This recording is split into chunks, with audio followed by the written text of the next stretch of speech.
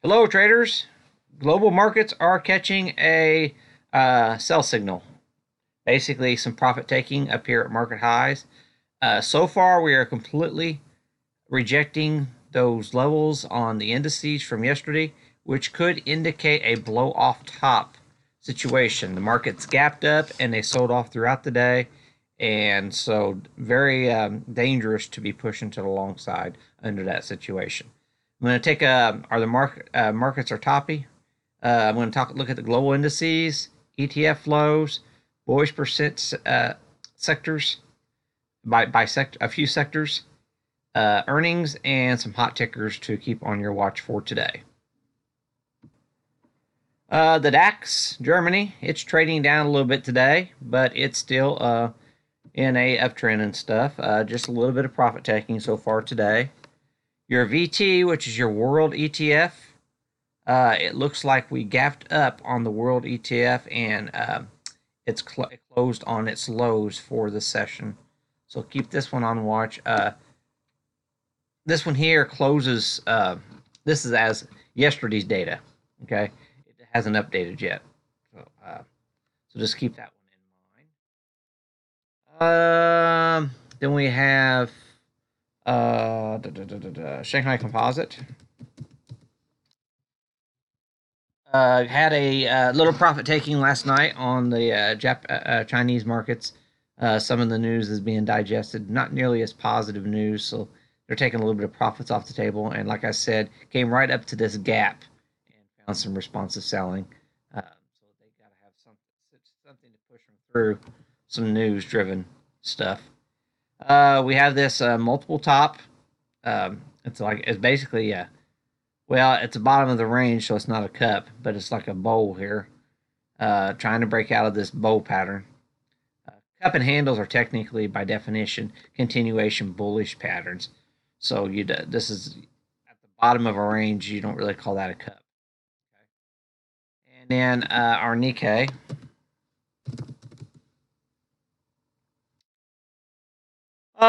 It had a sell signal too, filled the gap from the prior day. Nothing overly bearish, just stuff to keep on your watch list. And then we go over to our indices. I'm going to start with the Russell this time. And I actually tried to take it to the short side yesterday and was stopped out. I bought in. I saw the sell signal at around 950, and I was stopped out before the big collapse started, and then it just kept falling off.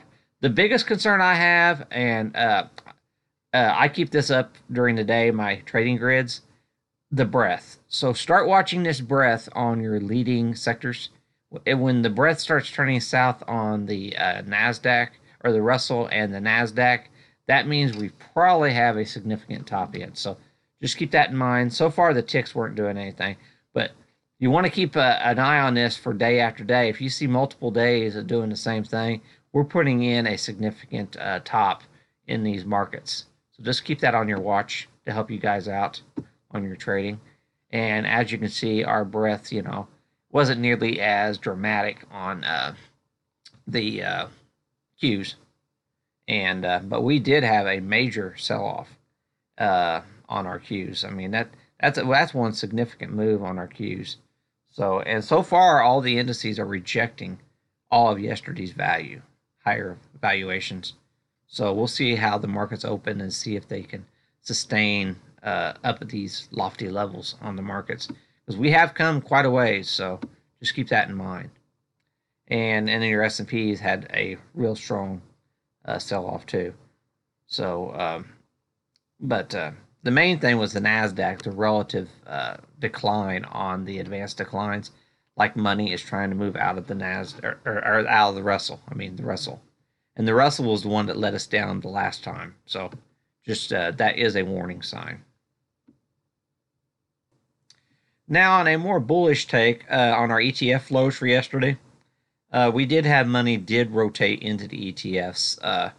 It's hard to say if that was early or late in the day, but net on net, SPY did get more flows coming in despite the sell-off. So that is slightly more positive, and we did have some rotation out of the bonds. So there was a more risk on appetite into the ETFs yesterday, which they're not necessarily as short dated as day trading. So that might be supportive for higher prices. So keep that in mind. This tends to be a longer dated positioning in the markets. So I just wanted to point that out for you guys. Today I'm going to talk about the bullish percent index. It's from stock charts, and basically it's used to help identify breadth in the markets and identify overbought and oversold situations. Well, as we know, this week is riddled with retail earnings, and basically at 70, that marks the beginning of the overbought situation on the consumer discretionary. And then 30 is the oversold reading. Okay, that's the general thing. And look, we are right on the 70 area as of the close. And the reason I'm bringing this up is how Walmart reacted to their earnings and started selling off after they reported. And as we were getting up to these lofty levels, earnings beats might not be held for the retail sector, in my opinion. And there might be a lot more risk to the downside this week on these earnings as they come out on retail. Now, I'm not saying the retail earnings are going to be bad. I'm just saying from a technical standpoint, when I went through, there's about 20 different sectors that they give a bullish percent on. And so far right now, consumer discretionary has got one of the highest readings. So it's technically one of the most overbought areas in the market to be concerned about going into this week's earnings. So at a critical resistant levels on the major indices. So I just wanted to point that out, that we could have continued selling pressure this week. Okay, and if you want to look real quick here, your industrials has been a really strong leader. Basically, we have had a little bit of resistance at this in the past at this price point, so just keep that in mind. It isn't a double top, but it's something to be aware of. And then your OEX, that's your S&P 100. We actually just barely crossed above a prior downtrend, and but we have not broken out. We have to put in another bullish signal for it to actually be a bullish breakout to the upside. So we are hitting a double top right here, right now on our S&P 100, which could definitely roll right back over. So something to keep in mind on that. And then also, I want to look at financials. Okay, they're kind of in a world of their own here, and you're not getting. They're not really at any resistance, So basically, if the markets do want to continue to go up, we do have room with our financials. So keep that in mind on that one. And then our staples. It's at 60%. Like I said, 70% is the responsive sell-off. But I am getting a initial signal on my sector 1 hour charts that consumer staples were really showing some relative weakness ahead of the other markets. So just keep that in mind, that keep that on watch. Basically, I do think staples probably have a little bit more in the fuel tank, and then they're going to roll over depending on the major indices. So basically on my sectors, what I'm looking at here, I think we're getting a 1 standard deviation break, and we're coming into that trend line as I mentioned before. Coming in today, we're going to be testing that primary uptrend line from the first of the year on our financials. I had mentioned that to you guys before, so just keep that in mind. I think financials is one of the weaker sectors. And then also the other weaker sector, most of these are holding up on their 2 standard deviation. Crude, in my opinion, is showing some relative weakness, and it could actually break a little bit lower, especially with the comments coming out of Trump. So we're going to be testing that trend probably this week and maybe resolving to the downside. And then also our consumer staples literally have broken my 125 SMA on the 1 hour chart. So it's actually crossed, it's technically broken the uptrend on the shorter time frame. So I do want to point that out. The consumer staples are looking quite weak here. And the oil space, in my opinion, the one that's really in trouble here, that's your XOP. That's your integrated oil, like your CVX and your XOP and your Mobil. I think we're going to start seeing some monies coming out of that sector in that. IBB was outperforming yesterday, closed near the highs of the session. So biotechs are catching a bid this week, and so keep that in mind. They will probably be a leading force to the upside if the markets do catch a rally. And then our metals and mining holding in there strong. That's our gold, silver, steel. That's our material space, so that's a good sign. We are getting a retest of the uptrend on our GDX, our gold miners. I think there's a little bit more down pressure on the gold miners for another entry to the long side. There's a lot of reason to think to be long in the gold with all the global stimulus hitting the markets. And we do have an even tighter situation on our Monsters of Tech conglomerate chart. So just keep that in mind. We are breaking our signal lines on our 1 hour chart right here, right now in the overnight session.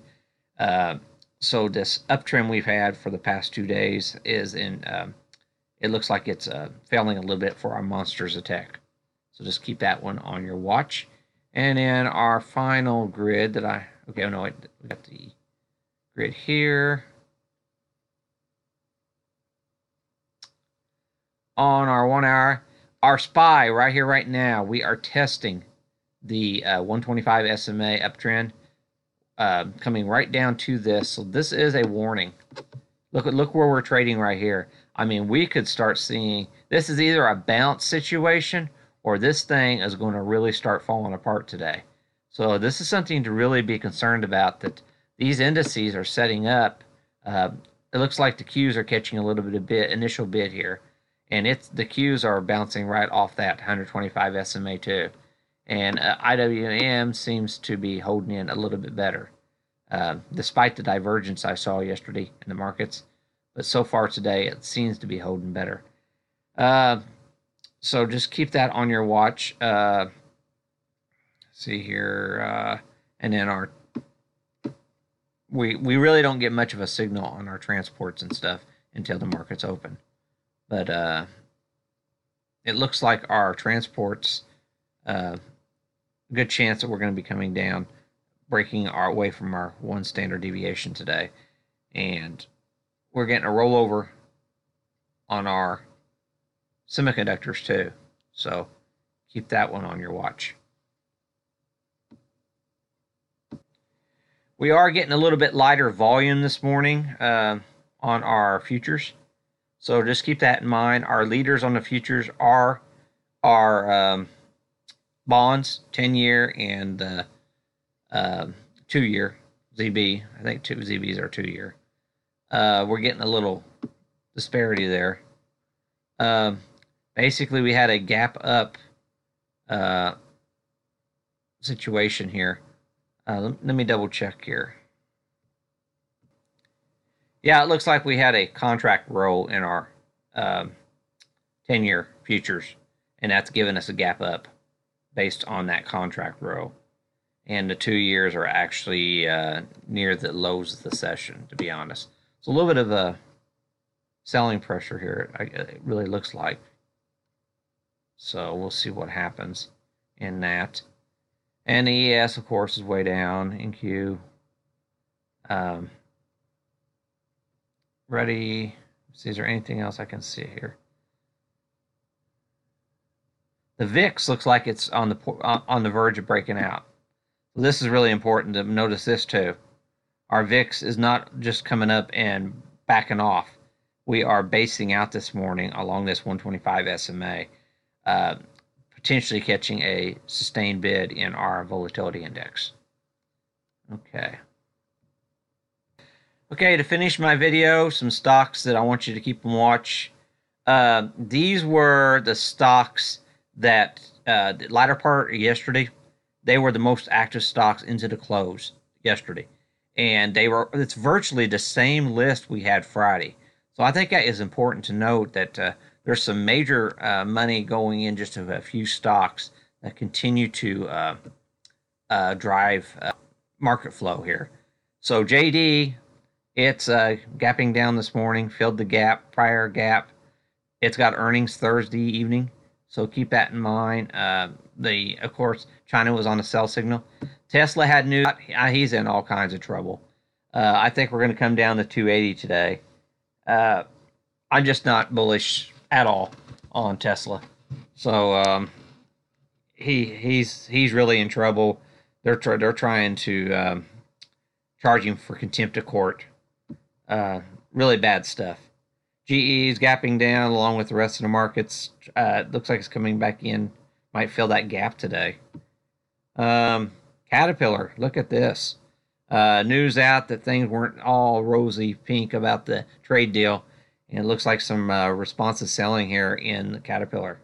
It's really taken a nice little dip here on Caterpillar. AMD, and this has been the darling attack. It started the breakout, this consolidation breakout yesterday.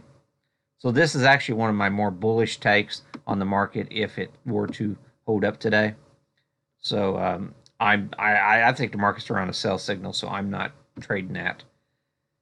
Apple coming in, probably going to fill the gap, more down pressure. Microsoft's gapping down, filling the gap. I may point out, Apple, Microsoft, and Boeing were the ones that they were using to prop up the indices. So, and look at this, Boeing, they've got it completely giving up yesterday's value. So they're, as far as pre-market goes, they are not using those three to jack up the markets this morning. So that really supports my thesis that we're on a sell signal in this market.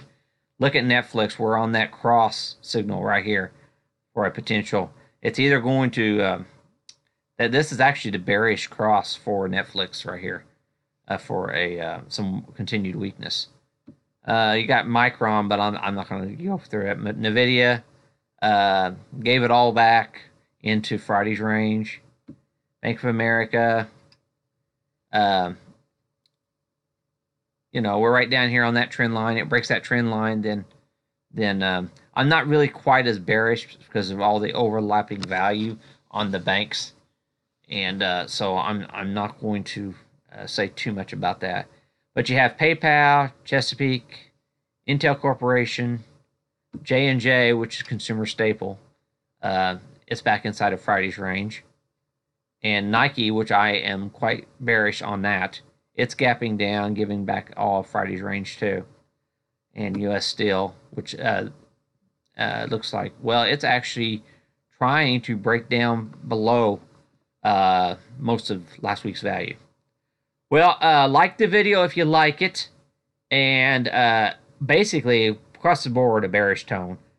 I just don't see it coming in. And the money coming in. So, like the video if you like it. Please leave comments below. And especially if you don't like the video, leave me some comments so I can improve them in the future. Thanks a lot, and I will see you possibly tomorrow.